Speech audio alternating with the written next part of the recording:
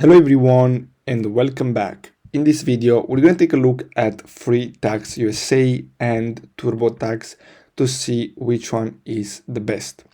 So if we go to FreeTax USA, we can see here that they have two different pricing plans.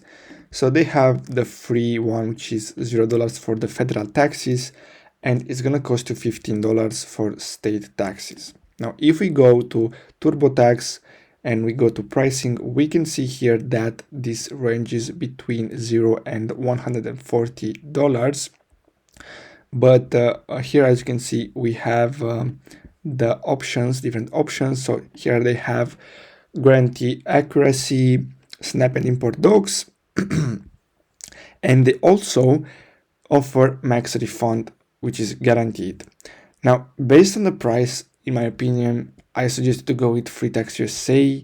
But if you want to have the best outcome and you have the money, you can use TurboTax.